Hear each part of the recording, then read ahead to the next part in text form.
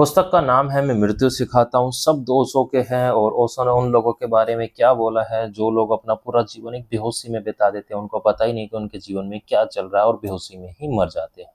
तो इन लाइनों में बहुत सारी चीज़ें समझने की हैं। देखिए कितनी चीज़ें आपको समझ में आती है। उन चीज़ों को समझ के अपने जीवन में कुछ ना कुछ परिवर्तन लेके आएँ और अपने जीवन को अच्छा बनाएँ। अभी एक आदमी मरा, पीडीसी ओपेंस्की। वह रूस का एक बड़ा गणितज्ञ था और मृत्यु के संबंध में इस सदी में सबसे ज्यादा प्रयोग उस आदमी ने किए हैं। मरने के समय जबकि वह बुरी तरह बीमार है और चिकित्सकों ने कहा है कि वह बिस्तर से न उठे, तब 3 महीने तक इतना श्रम किया कि जो कि अकल्पनीय है। रात भर सोता नहीं है, सफर करता है, चलता रहता है, दौड़ता रहता है, भागता रहता है और चिकित्सक हैरान है। वे कहते हैं कि उसे पूरा आराम करना चाहिए।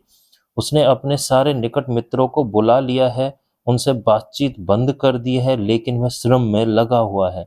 और जो मित्र उसके साथ मरते समय 3 महीने रहे हैं, उनका कहना है कि हमने अपनी आंखों से उसके सामने पहली दफे मृत्यु को जागे हुए किसी आदमी को लेते हुए देखा।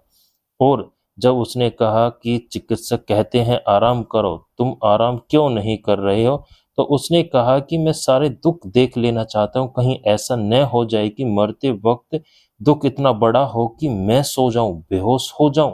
तो मैं उससे पहले ही वह सब दुख देख लेना चाहता हूँ जो कि वह क्षमता पैदा कर दे, वह स्टेमिना पैदा कर दे, वह ऊर्जा पैदा कर दे कि मृत्यु के समय मैं होश में मर सकूं।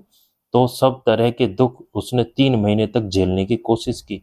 उसके मित्रों ने लिखा है कि हम जो पूर्ण रूप से स्वस्थ थे, हम उसके साथ थक जाते थे, लेकिन उसे हमने थकते नहीं देखा। और चिकित्सक कहते रहे कि उसको बिल्कुल ही विश्राम करना चाहिए, नहीं तो बहुत बड़ा नुकसान हो जाएगा।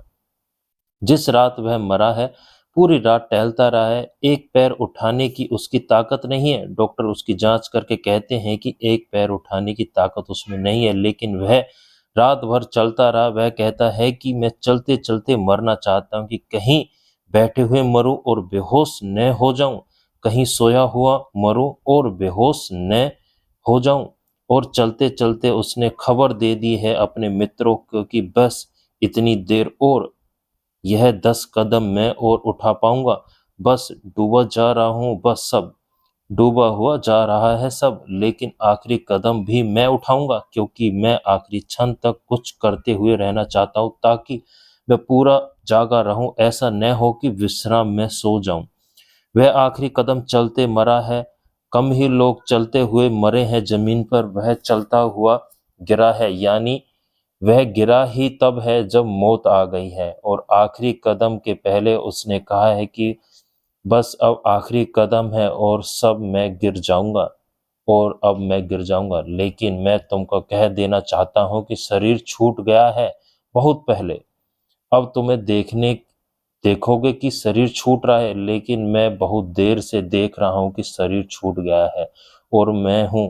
संबंध टूट गए हैं, मैं भीतर हूं, लेकिन अब शरीर ही गिरेगा, मेरे गिरने का कोई उपाय नहीं है। और मरते क्षण में उसकी आंखों में जो चमक है, उसमें जो शांति है, उसमें जो आनंद है, उसमें जो दूसरी दुनिया के द्वार पर खड़े हो जाने का प्रकाश है, वह उसके मित्रों ने अनुभव किया है। तो बात बहुत गहरी है और इन लाइनों में बहुत सारी चीजें समझने की हैं। तो समझिए और अपने जीवन में कुछ ना कुछ परिवर्तन लेके आइए।